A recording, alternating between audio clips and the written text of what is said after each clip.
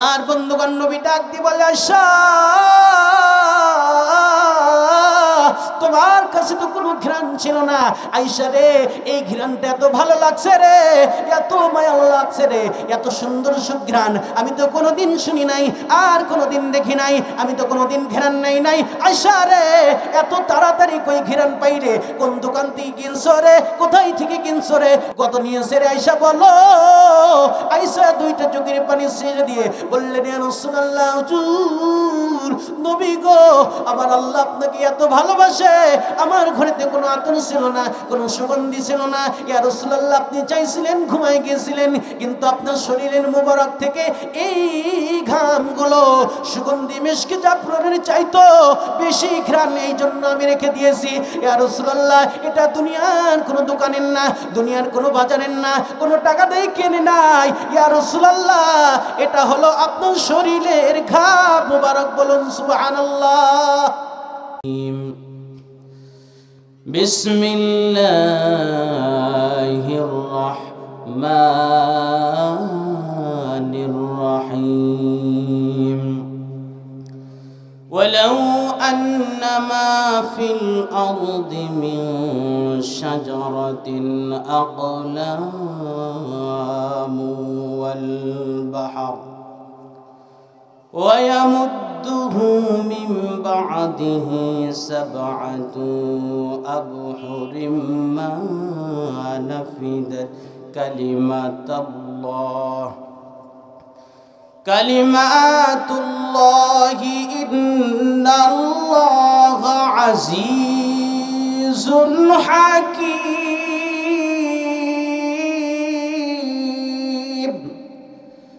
وعن أبي هريرة رضي الله تعالى عنه قال قال رسول الله صلى الله عليه وسلم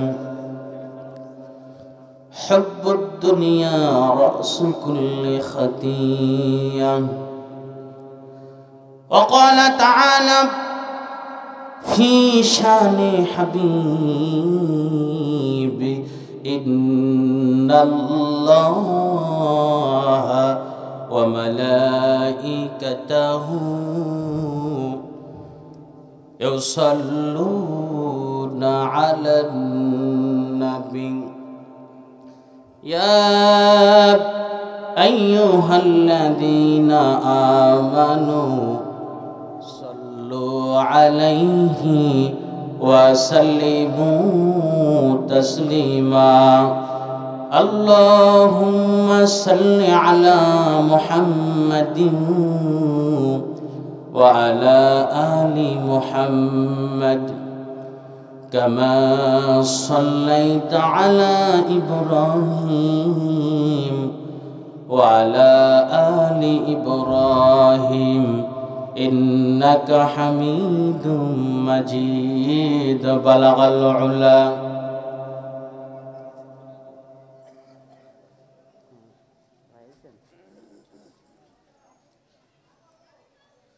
بلغ العلا بكماله كشف الدجى بجماله حسنت جميع خصاله صلوا عليه وآله. নবী নবী কানে শুনি জীবনে তো দেখলাম না, ওই নবীকে না দেখায়া কবর ডাক দিও না। বলে মক্কাবাসী তোমরা বড়ই ভাগ্যবান, নবীজির চেহারা দেখে তোমরা হইছ যে মুসলমান। পর্ব মদিনাবাসী তোমরা বড়ই ভাগ্যবান,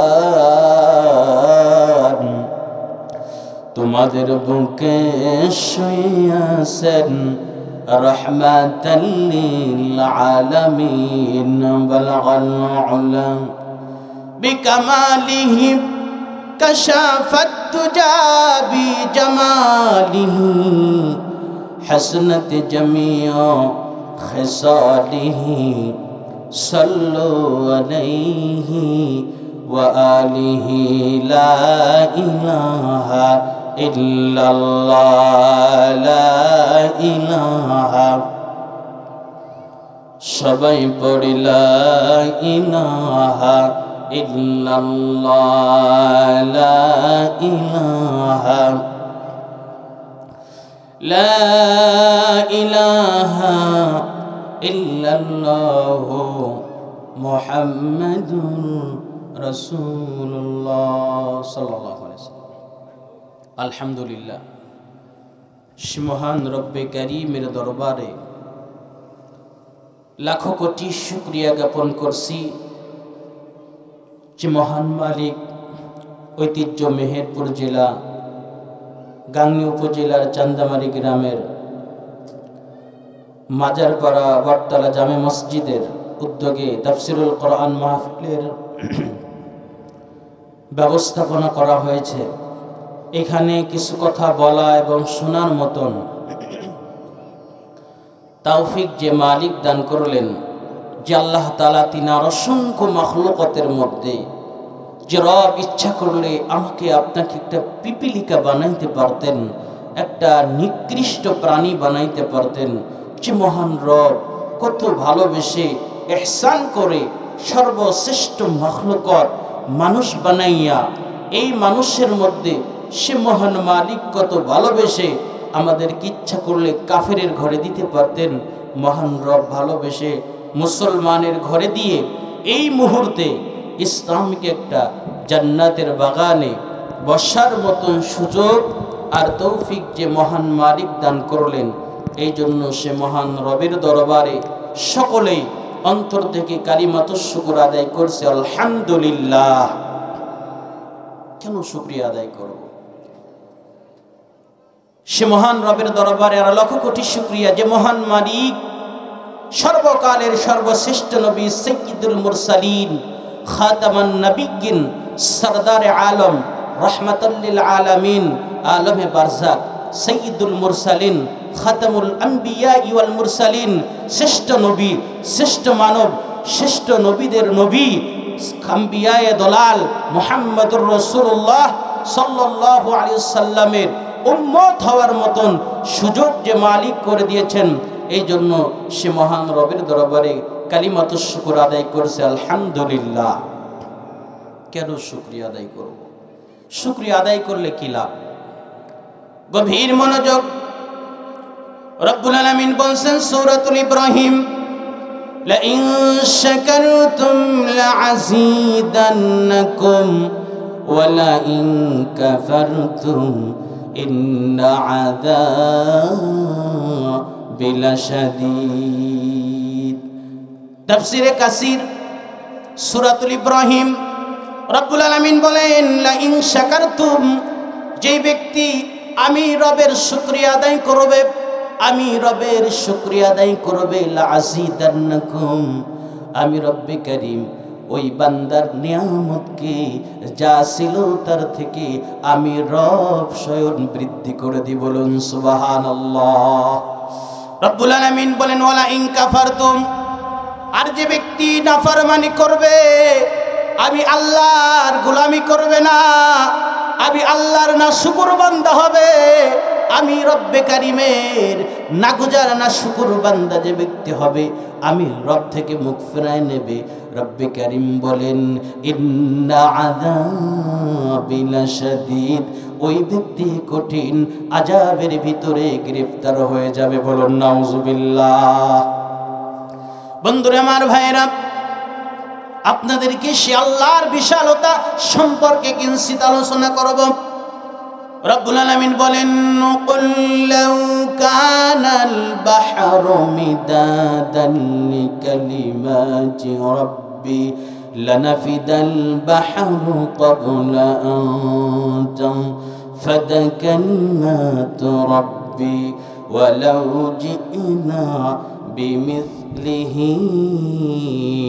مددا সূরা কাহাফ 16 নম্বর পারা মক্কি সূরা 3 নম্বর পৃষ্ঠা 14 নম্বর লাইন রব্বুল আলামিন 109 নম্বর আয়াতে রব্বে কারীম বলছেন ও দুনিয়ার মানুষ শুনো আমি রব্বে কারীম এই সূরাটার ভিতরে আমি আল্লাহ সূরাটার নাম হলো সূরাতুল কাহাফ কাহাফ মানে গুহা রব্বুল আলামিন বলেন ইমাম তিরমিজির বর্ণনায় এই আয়াতের ভিতরে 66টা হরফ রয়েছে এই 66টা হরফকে ইমাম তিরমিজি রাহিমাহুল্লাহ তাআলার বর্ণনা অনুযায়ী 66কে 10 দিয়ে গুণ দিলে 660 হয় এই মুহূর্তে রব্বে কারীম আমার আপনার আমলনামায় 660টা নেকি লিখে দিয়েছেন চিল্লায় বলেন সুবহানাল্লাহ রব্বুল আলামিন বলেন কুল লাউ কানাল বাহর আল্লাহ বলেন হে নবী বলে দাও জানায় দাও কুল লাউ কানাল বাহরু মিদাদাল লিকালিমাতি রব্বি রব্বে কারীম বলেন হে নবী বলে দাও तमाम পৃথিবীর পানিগুলো বাহার নদীগুলো যদি সমস্ত সমুদ্র মহাসমুদ্রের পানিকে যদি কালি বানানো হয় পৃথিবীর যত নালা আছে নদী আছে খাল আছে বিল আছে সমুদ্র মহাসমুদ্রগুলো যদি পানিগুলো যদি কালি বানানো হয় আর এই কালিগুলো দিয়ে যদি পৃথিবীর যত লেখক আছে শিক্ষিত লেখকগুলো লেখা শুরু করে দেয় আল্লাহর কালিমার ব্যাখ্যা লেখা শুরু করে দেয় কোরআনের তাফসীর শুরু করে দেওয়া হয় আল্লাহ বলেন সব পানিগুলো শেষ হয়ে যাবে লেখকগুলো ক্লান্ত হয়ে যাবে কিন্তু তোমার রবের কালামের কালিমার ব্যাখ্যা লিখে শেষ করা যাবে না বলুন সুবহানাল্লাহ শুধু এখানে শেষ নয় রব্বুল আলামিন বলেন ওয়ালাউ আন্নামা ফিল আরদি মিন শাজারাতিন আকলামু ওয়াল বাহরু ইয়ামুদ্দুহু মিন বা'দিহি সাব'আতু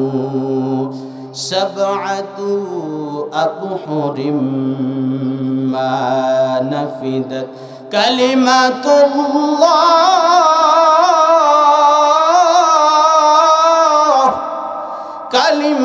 কালিমাতুল্লাহি ইন্নাল্লাহা আজিজুন হাকীম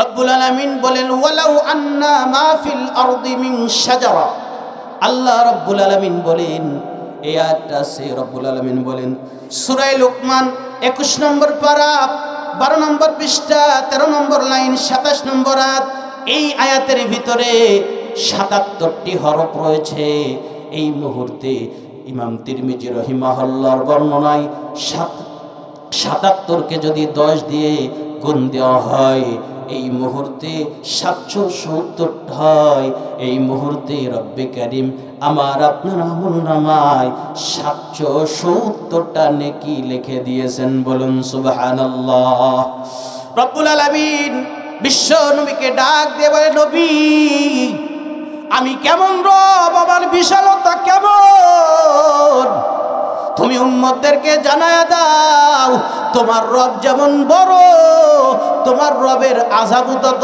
বড় তোমার রব যত বড় তোমার রবের রহমত তত বড় আল্লাহ বলেন এখানে শেষ না ওয়ালাউ আন্নামা ফিল আরদি মিন শাজারা আল্লাহ বলেন হে নবী বলে দেন তাফসীরে তাবারি থেকে বলতেছি আল্লাহ ডাক দিয়ে বলেন হে নবী আপনি জানায় দেন আমার বিশালতা কত বেশি আল্লাহ বলেন ওয়ালাউ আন্নামা ফিল আরদি জমিনের মধ্যে যত মিন শাজারাতিন যত গাছ রয়েছে যত রকমের গাছ আছে শুধু আফ্রিকার জঙ্গল নয় শুধু রাশিয়ার সেই বিশালতা নয় तमाम পৃথিবীর মধ্যে আল্লাহ বলেন যত গাছ রয়েছে এই গাছগুলো যদি কলম বানানো হয় আকলামু ওয়ালাল বাহার কলম এর পরে যদি নদী আবার নদীগুলো যদি পানি বানানো হয় নদীর পানিগুলো যদি কলম থেকে পানি বানানো পানি থেকে এইগুলো যদি কালি বানানো হয় আল্লাহ বলেন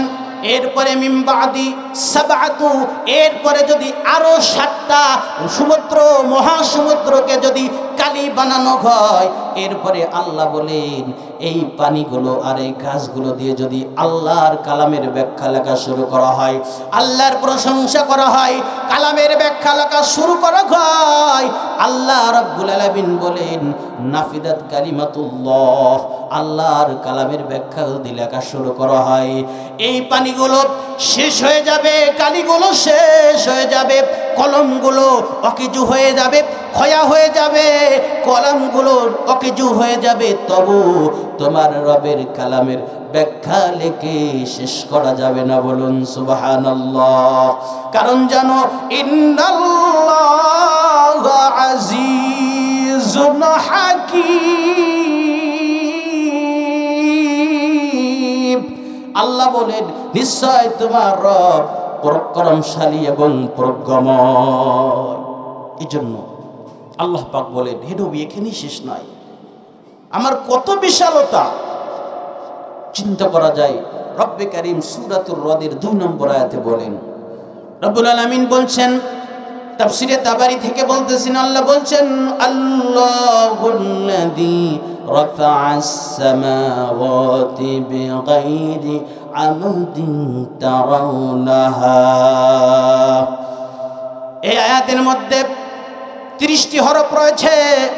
এই 30টি হরফকে 10 দিয়ে গুণ দিলে 300 হয়। এই মুহূর্তে আল্লাহ আমার আপনার সকলের আমলনামায় এই মুহূর্তে ইমাম তিরমিজির বর্ণনা অনুযায়ী 300টা নেকি আল্লাহ লিখে দিয়েছেন। বলুন সুবহানাল্লাহ। বন্ধুরা আমার ভাইয়েরা, নবীর ভালোবাসা, নবীর প্রেম, আল্লাহ পাক বলেন ও দুনিয়ার মানুষ আমার বিশালতা জানো।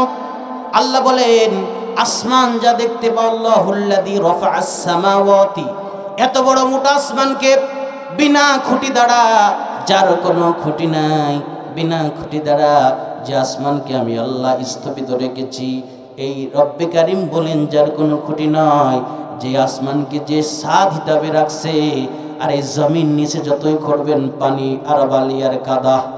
আল্লাহ বলেন, তাফসীর কারক বলেন ও দুনিয়ার মানুষ তাকায় দেখো, আসমানের কোনো খুঁটি নাই, কোনো খুঁটি নাই। বিনা খুঁটি আসমানকে কে রাখছে? কে দাঁড় করে রাখছে? গোলাম। কার ছাদের নিচে আসো? যেই জমিনটা এত শক্ত জমিন, নিচে ভিজা, নিচে পানি আর পানি, এই পানির উপরে এই শক্ত মাটিগুলো কে ধারণ করে রাখছে রে গোলাম? আমি রব, আমি আল্লাহ রাব্বুল আলামিন মানুষের বিছানা হিসাবে এই জমিনকে রাখছি। এরপরও বান্দা আমি রবের বিশালতা সম্পর্কে কি বুঝবা না? কি বিশালতা! বন্ধুরা আমার ভাইরা, অল্প টাইম নবীর ভালোবাসার কথা যেহেতু বলবো, অল্প একটু টাইম। আল্লাহর নবীজি শ্রেষ্ঠ নবী। আল্লাহ রাব্বুল আলামিন বলেন আল্লাহর রাসূল বলেন আনা খাতামুন নাবিয়্যিন লা নাবিয়্যা বা'দ, আমি শেষ নবী, আমার পরে আর কোনো নবী আসবে না। মুসাইলামাতুল কাজ্জাব রাসূলের জামানায় বলেন আমার নাম হলো মুসাইলামাতু, আমার নাম হলো গোলাম আহমদ, আমি হলো নবী, তোমরা কেন মুহাম্মদকে নবী বলো? মুহাম্মদ তো নবী না, নবী তো আমি, নবী আমি। যার নাম হলো মুসাইলামাতুল কাজ্জাব, হাদিসের মধ্যে আসছে মুসাইলামাতুল কাজ্জাব বলেন, কে ও মক্কাবাসী শোনো, রাসূল মুহাম্মদ তো নবী না, নবীর বংশধর আল্লাহ তাআলা আমাকে নবীর দায়িত্বটা দিয়েছে, আমি হলো নবী। রাসূলের জামানায় নবী দাবি করছে মুসাইলামাতুল কাজ্জাব। তে আমর ইবনে আস তিনার সামনে বলছেন, এই মুহূর্তে আমর ইবনে আস কিন্তু এখনো ইসলাম গ্রহণ করেন নাই। খুব গভীর মনোযোগ দিয়ে শুনবেন। আমর ইবনে আস এখনো মুসলমান হন নাই, কিন্তু আমর ইবনে আস কে জিজ্ঞাসা করছে মুসাইলামাতুল কাজ্জাব, হে মুসাইলামাতুল কাজ্জাব, তোমাদের নবী যাকে মানো মুহাম্মদ, তারপরে কি কোনো আয়াত মায়াত নাজিল হয়েছে নাকি? ঠাট্টা করতেছে।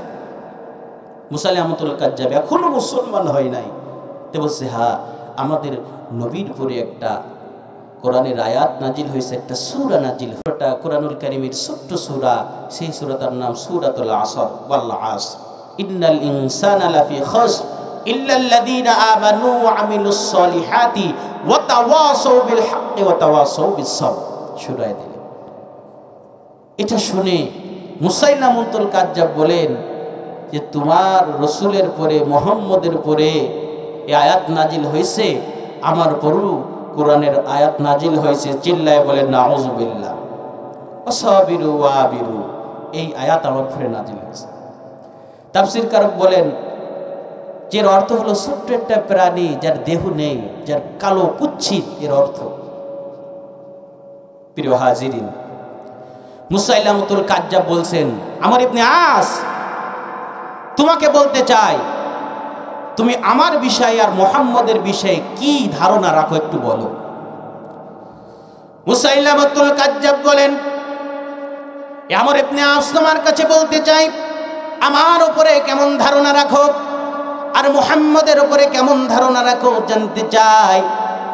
আমর ইবনে আস বলেন, ও মুসাইলামাতুল কাজ্জাব, এমনি তো তোমার নাম কাজ্জাব, মিথ্যাবাদী। আমি আগের থেকে জানি তুমি একটা ভণ্ড, তোমার কোনো নবী টবি কিছু না।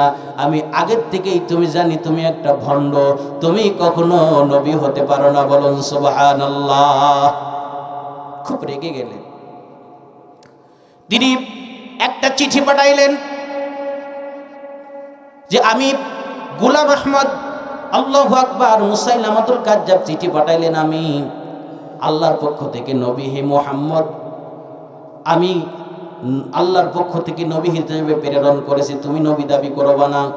এই চিঠিটা দিয়ে বিশ্বনবীর কাছে পাঠাইছে। নবীজি সাল্লাল্লাহু আলাইহি সাল্লামের চিঠির উত্তর দিয়েছেন, হে মুসাইলামাতুল কাজ্জাব, তুমি শুনে রাখো, তুমি কখনোই নবী হওয়ার যোগ্য না এবং নবী হতে পারো না। রব্বে কারীম আমাকে ভালোবেসে নবুয়তের দায়িত্ব আমাকে দিয়েছে, তোমার কপাল ভালো হলো, আমাকে নবী হিসাবে মেনে নাও, তোমার ভণ্ডামিকে ছেড়ে দাও। ইতি মুহাম্মদুর রাসূলুল্লাহ। বলুন সুবহানাল্লাহ। এই চিঠিটা দিয়েছেন হাবিব বিন জায়েদের কাছে, যেই সাহাবীর বয়স হলো মাত্র 16 বছর। এটাই আমার বলার টার্গেট। হাবিব বিন জায়েদকে এই চিঠিটা দিয়ে বলেছেন, যাও মুসাইলামাতুল কাজ্জাবের কাছে এটা পৌঁছায় দিও। গভীর মনোযোগ। আল্লাহর নবী, বিশ্ব নবী মুসাইলামাতুল কাজ্জাবের কাছে চিঠি পাঠাইলেন। হাবিব বিন জায়েদকে বললেন, হাবিব বিন জায়েদ, শুনিয়া রাখো, ও হাবিব বিন জায়েদ রে, তুমি এই চিঠিটা জলদি করে মুসাইলামাতুল কাজ্জাবের কাছে পৌঁছায় দাও। মুসাইলামাতুল কাজ্জাবের কাছে পৌঁছালো। হাবিব বিন জায়েদ কয়, তুমি কে? আল্লাহু আকবার। হাবিব বিন জায়েদ বলেন, আমি বিশ্ব নবী মুহাম্মদুর রাসূলুল্লাহ সাল্লাল্লাহু আলাইহি সাল্লামের সাহাবী, আমার নাম হলো হাবিব বিন জায়েদ। কি বলছো বলো? কয়, তোমার কিসের জন্য আসছো? কয়েকটা চিঠি পাঠিয়েছে। চিঠিটা পড়ে দেখে, ও মুসাইলামাতুল কাজ্জাব, তুমি কখনো নবী হতে পারবা না। আমি মুহাম্মদুর রাসূলুল্লাহকে নবী বলে মেনে নাও, তোমার কপাল খুলে যাবে, কিসমত খুলে যাবে। আল্লাহু আকবার। এই চিঠিটা পাওয়ার সঙ্গে সঙ্গে মুসাইলামাতুল কাজ্জাব জায়েদ বিন হাবিবকে ডান হাত চেপে ধরে বেঁধে ফেলেছে আর বলছে, ও মুসাইলামাতুল কাজ্জাব, সত্যি করে বলো, যেই চিঠিটা আনছো বলো কে লিখেছেন? কয়, আমার নবী, বিশ্ব নবী মুহাম্মদুর রাসূলুল্লাহ লিখছেন এই চিঠিটা। কয়, এই চিঠির পরে তোমার মন্তব্য বলো। আল্লাহু আকবার। জায়েদ বিন হাবিব ডাক দিয়ে বলেন, ও মুসাইলামাতুল কাজ্জাব, এই চিঠির মন্তব্য হলো, শুনে রাখো, আমি জায়েদ বিন হাবিব, আমি হাবিব বিন জায়েদ তোমাকে বলতেছি, শুনিয়া রাখো, এই চিঠির মন্তব্য হলো, তুমি একজন ভণ্ড, কখনো নবী হতে পারো না। আল্লাহর প্রেরিত রাসূল মুহাম্মদুর রাসূলুল্লাহ, সকলেই বলেন সাল্লাল্লাহু আলাইহি ওয়াসাল্লাম। আল্লাহু আকবার। হাবিব বিন জায়েদকে বেঁধে ফেললো। হাবিব বিন জায়েদকে বেঁধে ফেলে এই কথা বলার সঙ্গে সঙ্গে আল্লাহু আকবার, মুসাইলামাতুল কাজ্জাব ডাক দিয়ে বলেন, ও জল্লাদ আসো, আসো, এখনো কেন দাঁড়ায় আছো? জলদি করে হাবিব বিন যায়েদের ডান হাতটা কেটে ফেলো। বলুন নাউজুবিল্লাহ। আল্লাহু আকবার। দেরি করলেন না, হাবিব বিন যায়েদের ডান হাতটা কেটে দেয়া হলো। আল্লাহু আকবার। ডান হাতটা কেটে দেওয়ার সঙ্গে সঙ্গে হাতটা জমিনে পড়ে গেল। আরে হাতটা নাচতেছে, নড়তেছে। হাবিব বিন যায়েদের চোখ দিয়ে পানি বের হয়ে গেল। মুসাইলামাতুল কাজ্জাব ডাক দিয়ে বলে, এখনো সুযোগ আছে। ও হাবিব বিন যায়েদ রে, এখনো আমার সম্পর্কে একটু মন্তব্য বলো।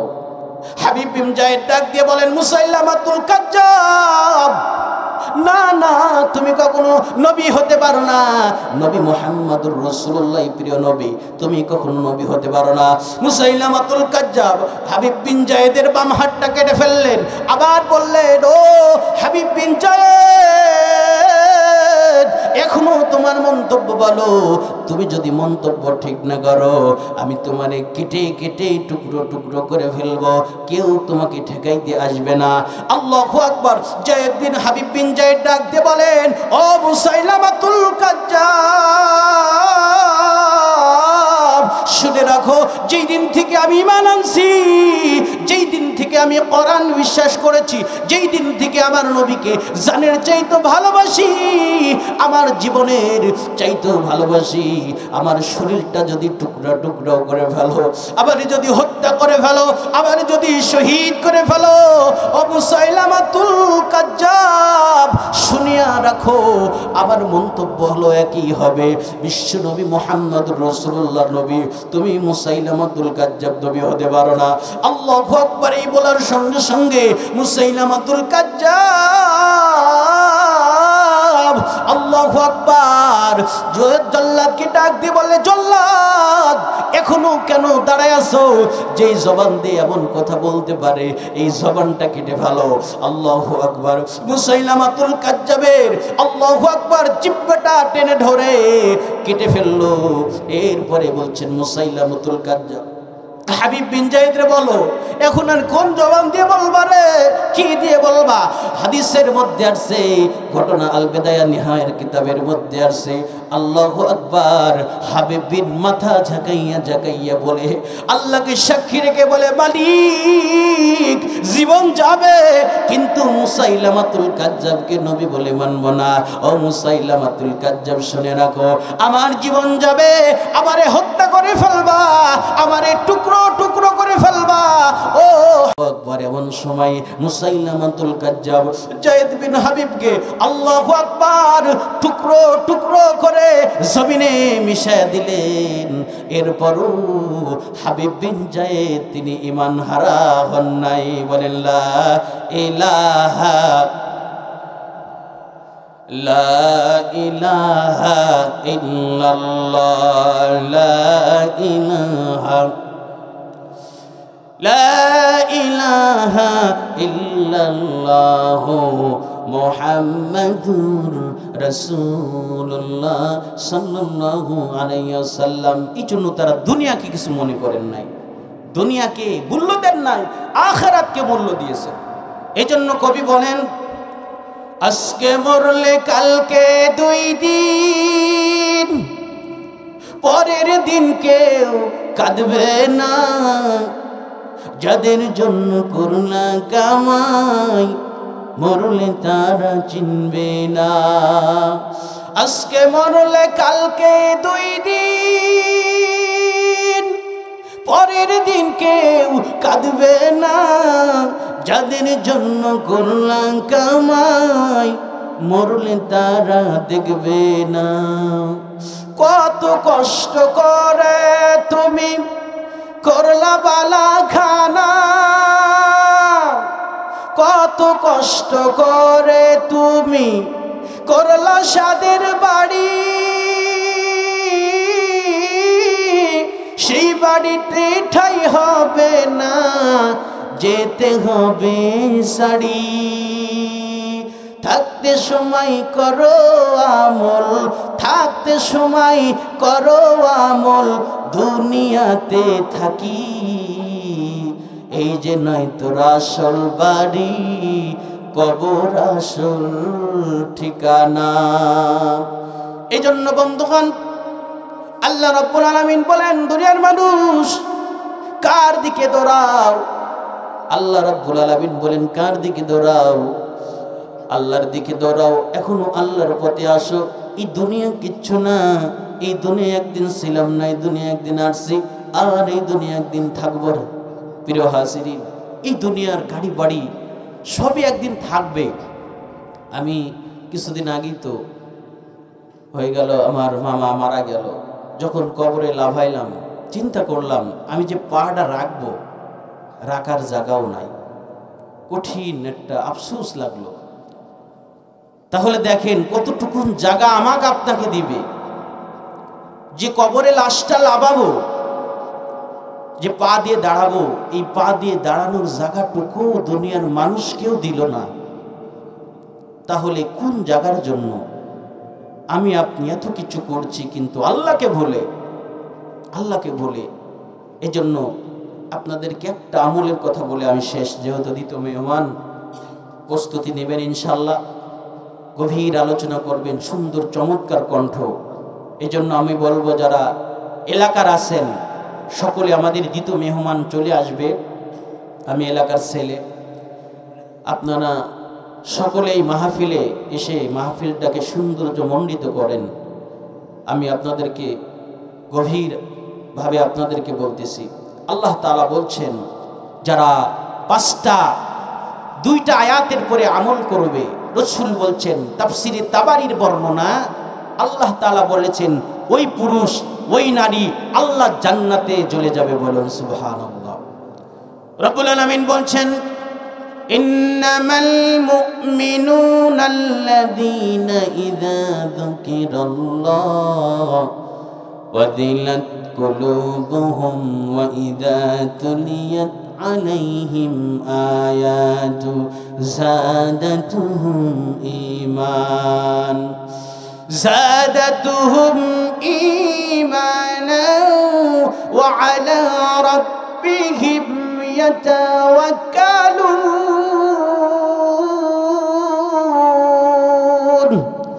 والذين يقيمون الصلاة ومما رزقناهم ينفقون أولئك هم المؤمنون حقا।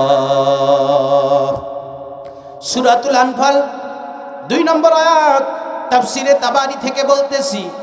রব্বুল আলামিন বলেন, যারা এই 2টা আয়াতের পরে আমল করবে, আল্লাহর রাসূল বলেছেন, তাফসীরকারকে বলেছেন, ওই পুরুষ হোক আর নারী হোক, ওই ব্যক্তি বিনা হিসাবে বিনা বাধায় আল্লাহর জান্নাতের বাসিন্দা হয়ে যাবে। বলুন সুবহানাল্লাহ। যার মধ্যে 5টি গুণ আছে। দেখি আজকে আমাদের মধ্যে কার কয়টা গুণ আছে, আর যেটা থাকবে না সেটা অর্জন করার চেষ্টা করবে ইনশাআল্লাহ। আল্লাহ তাআলা বলছেন, 1 নম্বর গুণ হলো ইন্নামাল মুমিনুনা আল্লাযীনা ইযা যুকিরাল্লাহ, নিশ্চয় মুমিন তারা যারা হলো আল্লাহর কোরআনের আওয়াজ হয়, আল্লাহর কথা হয়, যখন আল্লাহর কোরআনের কথা হয়, আওয়াজ হয়, যারা ছুটে চলে আসে, যার হৃদয়টা কেঁপে যায়, ভয় আসে, তাদের অন্তরটা কেঁপে যায়, লোমগুলো খাড়া হয়ে যায়। এই ভয় যাদের মধ্যে, আল্লাহর আয়াত কোরআন শুনে যাদের এই গুণ যাদের মধ্যে হয়, 1 নম্বর এই ব্যক্তি মুমিন। 2 নম্বর আল্লাহ বলছেন, ওয়া ইদা তুলিয়াত আলাইহিম আয়াতু, আল্লাহর কোরআন যারা বেশি বেশি তেলাওয়াত করে, যাদাতুহুম ঈমান, ঈমান বৃদ্ধি করে, ঈমান বাড়ায়। বেশি বেশি কোরআন তেলাওয়াত করে ঈমান বৃদ্ধি করে, এই গুণ যাদের মধ্যে আছে। 3 নম্বর গুণ হলো রাব্বিহিম ইয়াতাওয়াক্কালুন। আল্লাহু আকবার।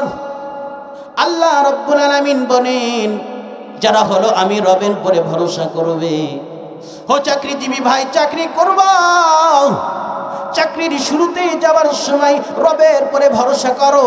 ও কৃষক ভাই, যখন কৃষি কাজে যাইবা, যখন বের হবা, আল্লাহর উপরে ভরসা করে বের হও। আল্লাহু আকবার। ব্যবসায়িক ভাই, তাফসীর তাফসীর কারক বলেন যখন ব্যবসা করবা, ব্যবসা করেন শুরুতে যখন বের হবা রবের পরে ভরসা করে বের হও। আল্লাহু আকবার। যে যে কাজ করে মা বোনেরা, যে কাজ করবা রবের পরে ভরসা করে শুরু করে দাও। এই গুণ 3 নম্বর গুণ জয়। সব ক্ষেত্রে রবের পরে ভরসা করবে। ফসল কেমন হবে রবের পরে ভরসা করবে। আল্লাহর পরে গুসা হবে না, আল্লাহর সিদ্ধান্তকে মেনে নিবে। সব ক্ষেত্রে রবের পরে ভরসা করবে। এই গুণ যাদের মধ্যে আছে। 4 নম্বর গুণ হলো ওয়াল্লাযীনা ইউকিমুনাস সালাহ, যারা হলো নামাজ কায়েম করবে, নামাজ 5 ওয়াক্ত নামাজ আদায় করবে। এই 4 নম্বর গুণ যাদের মধ্যে আছে। 5 নম্বর গুণ হলো রব্বুল আলামিন বলেন ওয়া বিম্মা রাযাকনাহুম ইউনফিকুন।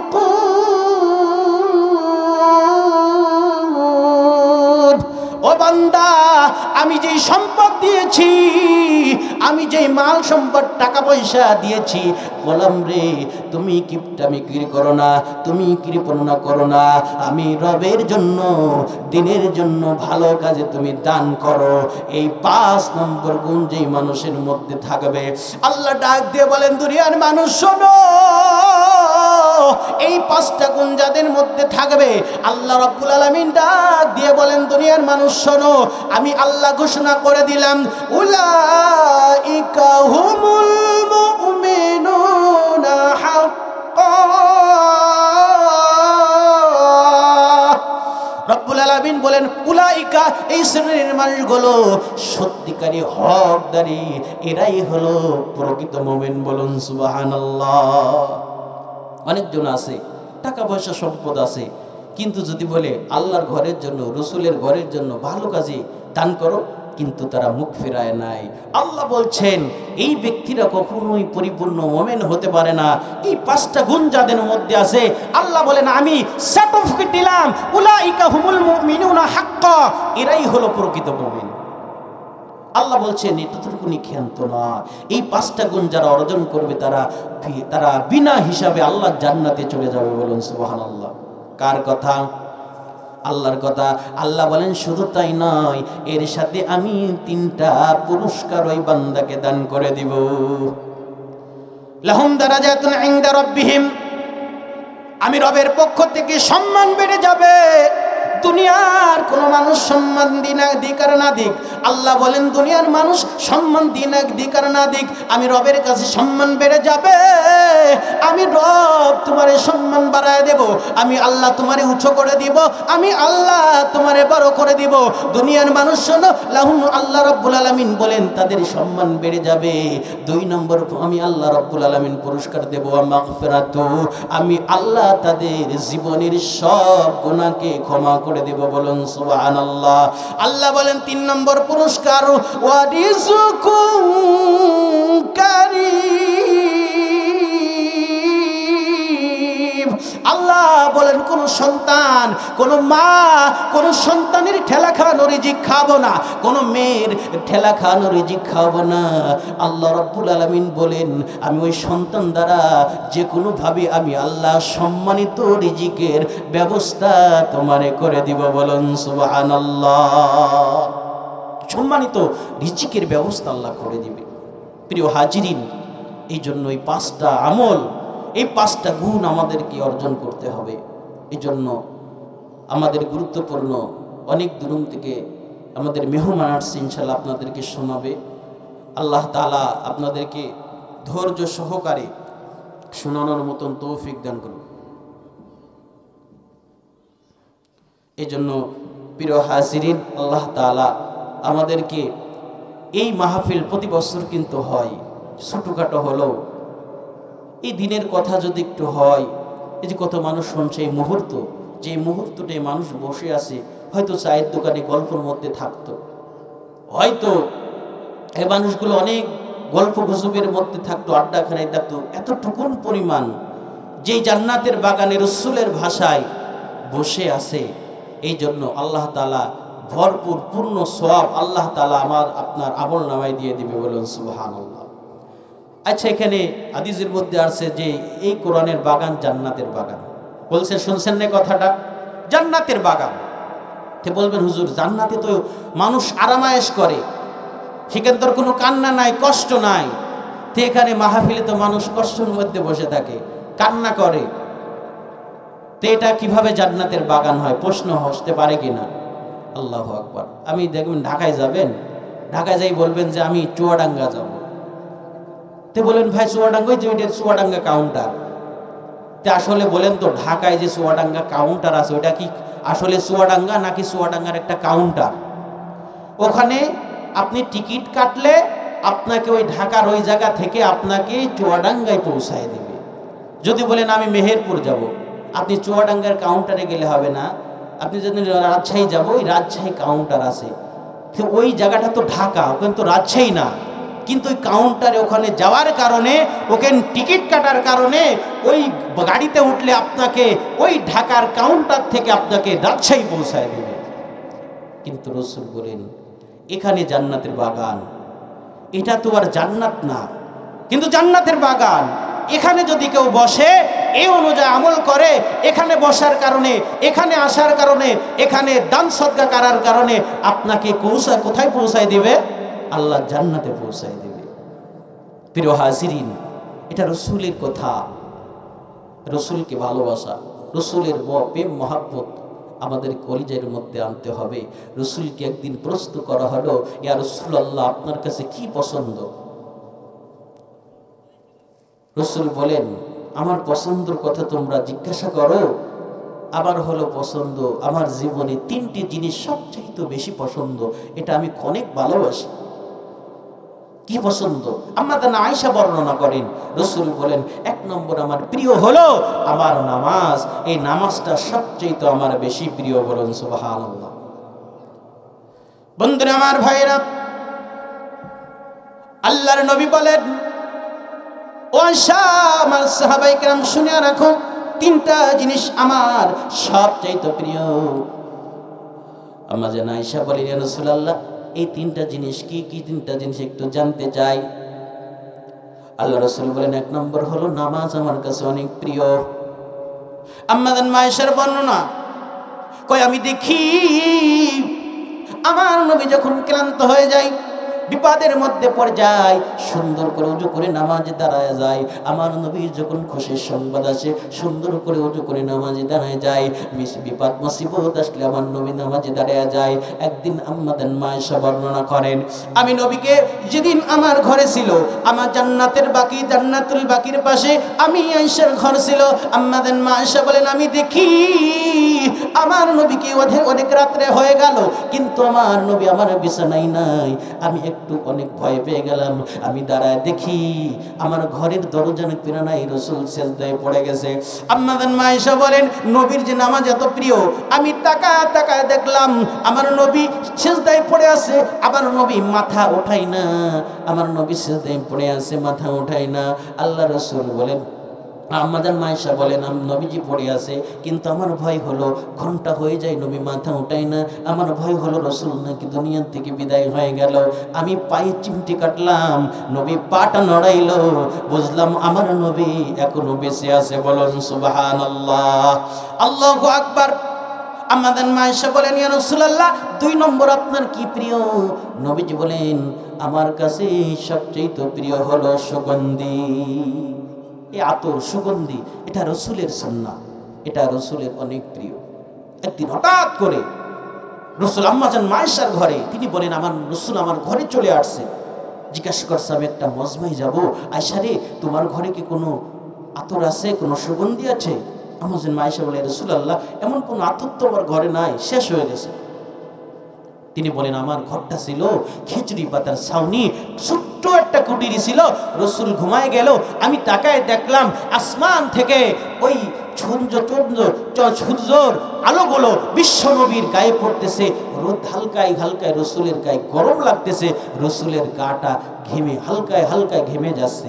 আমি রান্না করতেছিলাম, হঠাৎ করে দেখি আমার ঘর থেকে যেন মেশক আম্বরের চাইতে বেশি ঘ্রাণ আছে। বলুন সুবহানাল্লাহ। আম্মাজান আয়েশা বলেন আমি ঘরে গেলাম, যাইয়া দেখি রে আমার নবীর শরীর মুবারক থেকে ঘাম ঝরতেছে। আমি দেখলাম কোন দিকে এত আম্বরের বাসনা, এত কঠিন বাসনা কোথাও নাই, আমার ঘরেও তো নাই, রাসূলের কাছেও তো নাই।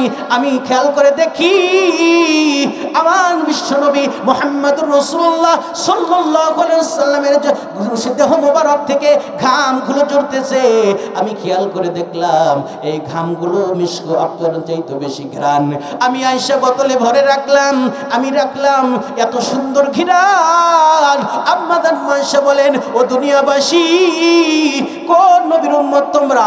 ও সাহাবায়ে কেরাম, কোন নবীর উম্মত তোমরা? শুনো, আমার নবী কেমন মর্যাদাবান, আমার আল্লাহ এত ভালোবাসে। নবী সুগন্ধি চাইছে কিন্তু আমার ঘরে সুগন্ধি নাই। আমার আল্লাহর কাছে এত মায়া লাগছে রে, দয়া লাগছে রে, আমার নবীর দেহ মুবারকটাই আল্লাহ সুগন্ধি করে দিয়েছে। বলুন সুবহানাল্লাহ। আল্লাহর নবী ঘুম থেকে উঠলেন, তিনি গোসল করলেন। আম্মা জান আয়েশা বললেন, ইয়া রাসূলুল্লাহ, আপনি না আতর চাইছিলেন, সুগন্ধি চাইছিলেন? হ্যাঁ আয়েশা, তোমার কাছে তো কোনো সুগন্ধি নাই। আম্মা জান আয়েশা বলেন, ইয়া রাসূলুল্লাহ, আমার কাছে এখন সুগন্ধি আছে। ও আয়েশা, সত্যি কি আছে? হ্যাঁ ইয়া রাসূলুল্লাহ। হ্যাঁ আয়েশা বললেন, ইয়া রাসূলুল্লাহ, হ্যাঁ আমার কাছে সত্যি আছে। আল্লাহু আকবার দাও। আল্লাহর নবী চাইলেন, আয়েশা দাও দেখি কি সুগন্ধি আছে। আল্লাহর নবীর স্ত্রী আম্মা জান আয়েশা সেই সুগন্ধিটা যে রাসূলের গায়ে ছিল, ঘামটা বের করে বোতল থেকে রাসূলকে দিলেন। রাসূল সেটা নিলেন এবং মাখলেন। আল্লাহু আকবার। আল্লাহর নবীর এত ভালো লাগলো। আমার বন্ধুগণ, নবী ডাক দিয়ে বলে, আয়েশা তোমার কাছে তো কোনো ঘ্রাণ ছিল না। আয়েশা রে, এই ঘ্রাণটা এত ভালো লাগছে রে, এত মায়া লাগছে রে, এত সুন্দর সুঘ্রাণ আমি তো কোনোদিন শুনি নাই, আর কোনোদিন দেখি নাই, আমি তো কোনোদিন ঘ্রাণ নেই নাই। আয়েশা রে, এত তাড়াতাড়ি কই ঘ্রাণ পাই রে? কোন দোকান থেকে কিনছো রে? কোথায় থেকে কিনছো রে? কত নিয়েছে রে? আয়েশা বলো। আয়েশা দুইটা চোখের পানি ছেড়ে দিয়ে বললেন, ইয়া রাসূলুল্লাহ, হুজুর নবী গো, আমার আল্লাহ আপনাকে এত ভালোবাসে, আমার ঘরেতে কোনো আতর ছিল না, কোনো সুগন্ধি ছিল না। ইয়া রাসূলুল্লাহ, আপনি চাইছিলেন, ঘুমায় গিয়েছিলেন, কিন্তু আপনার শরীরের মুবারক থেকে এই ঘামগুলো সুগন্ধি মিশকে জাফরানের চাইতো বেশি ঘ্রাণ, এই জন্য আমি রেখে দিয়েছি। ইয়া রাসূলুল্লাহ, এটা দুনিয়ার কোনো দোকানের না, দুনিয়ার কোনো বাজারের না, কোনো টাকা দিয়ে কেনে নাই। ইয়া রাসূলুল্লাহ, এটা হলো আপনার শরীরের ঘাম মুবারক। বলুন সুবহানাল্লাহ। প্রিয় হাজিরিন, রাসূল এত খুশি, আল্লাহ আমাকে এত ভালোবাসে। আল্লাহ রাসূল মিরাজে গিয়েছিলেন আর বলছিলেন, আল্লাহ তুমি তো ইব্রাহিমকে খলিলুল্লাহ বানাইছো, বন্ধু বানাই উপাধি দিয়েছো, আমাকে কি দিয়েছো? আল্লাহ বলছিলেন, হে আমার হাবিব, আমি তোমাকে খলিলুল্লাহ বলি নাই, আমি তোমাকে উপাধি দিয়েছি হাবিবুল্লাহ। হাবিবুল্লাহ আর খলিলুল্লাহর মধ্যে পার্থক্য কি? রাসূল বলেন, হাবিবুল্লাহ মানে তো আল্লাহর বন্ধু, খলিলুল্লাহ মানে তো আল্লাহর বন্ধু। আল্লাহর মধ্যে কি পার্থক্য আছে? আল্লাহ বলেন, ও আমার হাবিব, খলিলুল্লাহ মানে এমন বন্ধু আল্লাহর কাছে চাইতে দেরি হবে, রব দিতে দেরি করে না। হাবিবুল্লাহ মানে এমন বন্ধু শুধু চাওয়া লাগবে না, ইচ্ছা করতে দেরি হবে, ধারণা করতে দেরি হবে, আল্লাহ তাকে দিতে দেরি করে না, তার নাম হলো হাবিবুল্লাহ। বলেন সুবহানাল্লাহ। এই জন্য তো রাসূল চাইছিলেন, আল্লাহ আমি তো আর পারি না, আল্লাহ হয়তো তুমি উমরকে না আমার চাচা আবু জেহেলকে একটু ইসলামের জন্য আল্লাহ কবুল করো। বন্ধুরা আমার ভাইয়েরা, এতটুকু জিকির করে সামনে টানি, আর পিছনে চট, অনেক চট আছে, পেড়ে দেন। লা ইলাহা ইল্লাল্লাহ, লা ইলাহা ইল্লাল্লাহ, লা ইলাহা। ও মায়া দিল কত জ্বালা, বেলাল খেলে প্রেমের খেলা। আমার আল্লাহ বলেন, ও বেলাল ধৈর্য ধরো, খুলে দিব তোমার জান্নাতের তালা। লা ইলাহা লা ইলাহা। ফেরাউন দিল কত জ্বালা, আসিয়া খেলে প্রেমের খেলা। আমার আল্লাহ বলেন, ও আসিয়া সবর করো, খুলে দিব তোমার জান্নাতের তালা। লা ইলাহা ইল্লাল্লাহ, লা ইলাহা। নবী খেলে প্রেমের খেলা, আবু জহল দিল কত জ্বালা। আমার আল্লাহ বলেন ও নবী সবুর করো, আমার আল্লাহ বলেন ও নবী ধৈর্য ধরো, খুলে দিব তোমার শাফায়াতের তালা। লা ইলাহা ইল্লাল্লাহ, লা ইলাহা ইল্লাল্লাহ, লা ইলাহা লা ইলাহা ইল্লাল্লাহ মুহাম্মাদুর রাসূলুল্লাহ সাল্লাল্লাহু আলাইহি ওয়াসাল্লাম। প্রিয় হাজিরিন, এজন্য আল্লাহ বলছেন ফালাহুল মাওলা ওয়ালাহুল কুল। কোন মানুষ যদি আল্লাহর দিকে এগিয়ে যায়, আল্লাহর দিকে হাঁটে, আল্লাহ বলছেন ওই মানুষটার আমি আল্লাহর হয়ে যাই। আল্লাহ বলছেন যে ব্যক্তি আমি আল্লাহর হয়ে যায়, আমি আল্লাহ ওই বান্দার হয়ে যাই। বলুন সুবহানাল্লাহ। এই জন্য প্রিয় হাজিরিন, চিন্তা করে দেখেন, একদিন আমাদেরকে চলে যেতে হবে, একদিন আমাদেরকে দুনিয়ার থেকে বিদায় নিতে হবে, চলে যাইতে হবে। এই জন্য প্রিয় হাজিরিন, এই ভালো কাজের সাথে আমরা আজীবন, আল্লাহ যতদিন আমাদেরকে দেহে প্রাণ রাখছেন, সমস্ত সব ভালো কাজে আল্লাহ তাআলা আমাদেরকে থাকার তৌফিক দান করে। বলুন আমিন।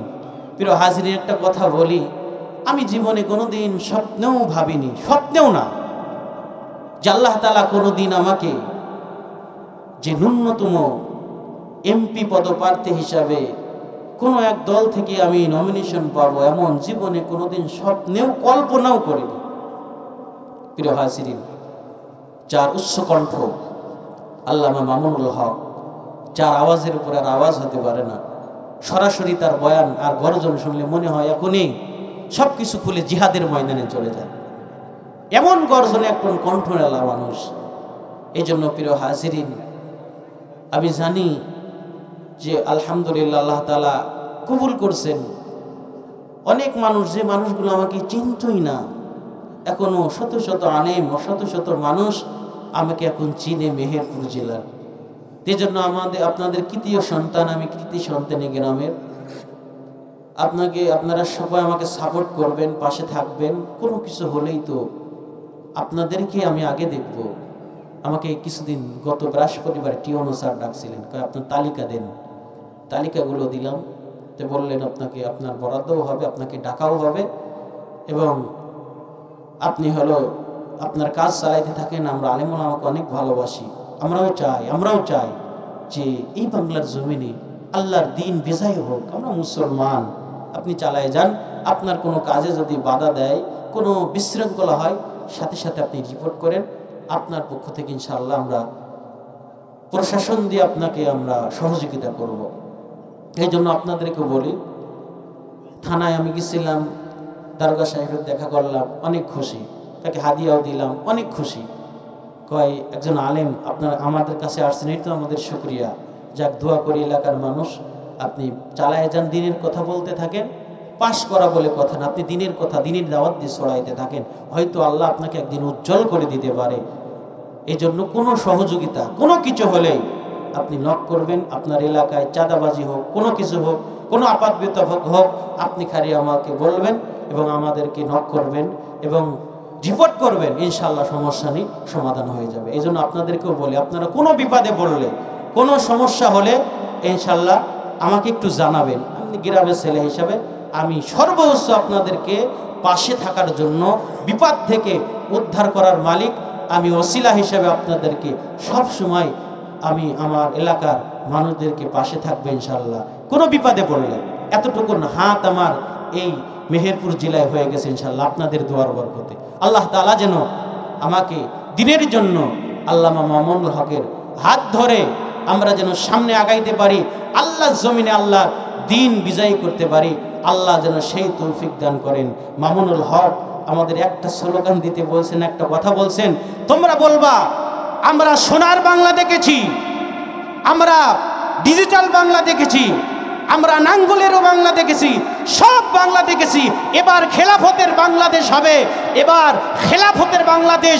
খেলাফত কায়েম করেছিলেন হযরতে আবু বকর, খেলাফত কায়েম করেছিলেন নবীর সাহাবী হযরতে আলী, খেলাফত কায়েম করেছিলেন হযরতে উসমান, খেলাফত কায়েম করেছিলেন হযরতে ওমর। আমরাও সে আল্লাহ রসুলের সাহাবীর খেলাফত বাংলার জমিনে কায়েম করতে চাই। আল্লাহ তাআলা যেন এই বাংলার জমিনে হিংসা বিদ্বেষ দূর করে আল্লাহর জমিনে আমরা নামাজ পড়ি কোরআন দিয়ে, আমরা জানাজার নামাজ পড়ি কোরআনের অনুসারে, আমরা সব জায়গায় চলি, আমরা আজান দেই, আজানগুলো দিই কোরআনের অনুসারে, হাদিসের অনুসারে, আমরা সব ক্ষেত্রে বিবাহ পড়াই আল্লাহর কোরআনের আইনের খুতবা দিয়ে, সব কিছু করি। কিন্তু যদি বলি ইসলামের দিকে একটু ভোট দেন, না, বামপন্থী। এই জন্য আল্লাহ তাআলা আমাদেরকে সঠিকটা বোঝার মতন তৌফিক দান করুন, বলুন আমিন। ওয়া আখিরি দাওয়ানা আলহামদুলিল্লাহি রাব্বিল আলামিন। আলহামদুলিল্লাহ, আমাদের দ্বিতীয় মেহমান চলে এসেছে।